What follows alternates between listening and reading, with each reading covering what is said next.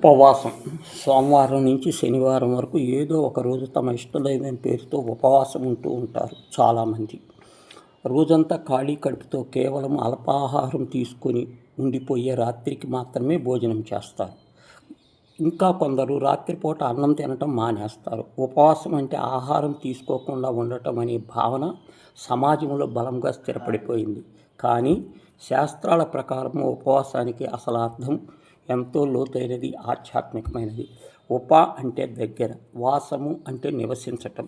ఉపవాసము అనేది పరమాత్మకు దగ్గరగా ఉండటం, ఆయన సన్నిధిలో మనసులో నిలుపుకోవటం. కాబట్టి ఉపవాసం తాలూకు మర్మం కేవలము తిండి మానేయటంలో కాకుండా దైవస్మరణలో నిలిపి ఉండటంలో ఉంది. భగవంతుడికి నేరుగా ఉండేందుకు ప్రయత్నించడమే ఉపవాస దీక్ష అసలైన ఉద్దేశం.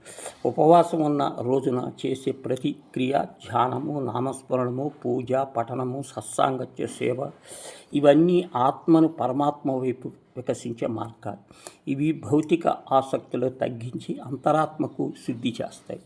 దేవుడికి దగ్గరగా ఉండటం అనేది ఆత్మను పరమాత్మలో కలపటం అనే సాధనలో భాగం.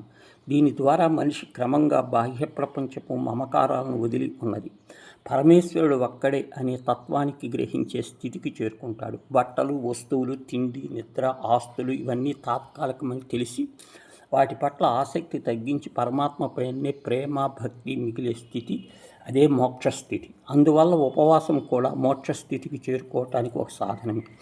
తిండి మానేయటం, జాగారం చేయటం లేదా తక్కువ సమయం నిద్రించటం లాంటివి ఉపవాసంలో సహాయక నియమాలు మాత్రమే, అంతేకాని ప్రధాన ఉద్దేశాలు కావు. ఇంద్రియాలను నియంత్రించే భోగాశక్తిని తగ్గించి ఆత్మను పరమాత్మ వైపు మళ్లించి ఇది ఉపవాస దీక్షకు వాయు పట్టు వంటిది. ఈ ప్రక్రియలో శరీరానికి, ఇంద్రియానికి పగ్గాలు వేయాలి. అధిక ఆహారం, నిద్ర ధ్యానానికి అడ్డు నిలుస్తాయి. అందుకే ఉపవాస దినములో తక్కువ ఆహారం తీసుకోవటం, నిద్రను నియంత్రించుకోవటం వంటి నియమాలు ప్రవేశించాలి. ఇవి శరీరానికి శాంతంగా ఉంచి మనసుని దేవుడి మీద కేంద్రీకరించే సహాయపడతాయి.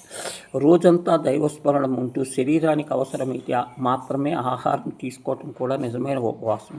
కానీ పేరుకు తిండి మానేసి వేరే పనుల్లో మునిగిపోవటం, మాటల్లో లేదా వినోదాల్లో సమయం గడపటం ఇవి ఉపవాస ఫలితాన్ని ఇవ్వవు. పరమాత్మ జ్ఞానములో మనసు కేంద్రీకరించి ఈ నిత్యానందంలో రమిస్తూ ఉండటమే అసలైన ఉపవాసం. కాబట్టి ఆహారం మానేస్తే ఉపవాసం అనే భ్రమల వదిలి ప్రతిదినము దేవుడి సన్నిధిలో మనసు నిలుపుతూ జీవిస్తే అదే మోక్షస్థితి, దానికి చూపే దీపం అవుతుంది.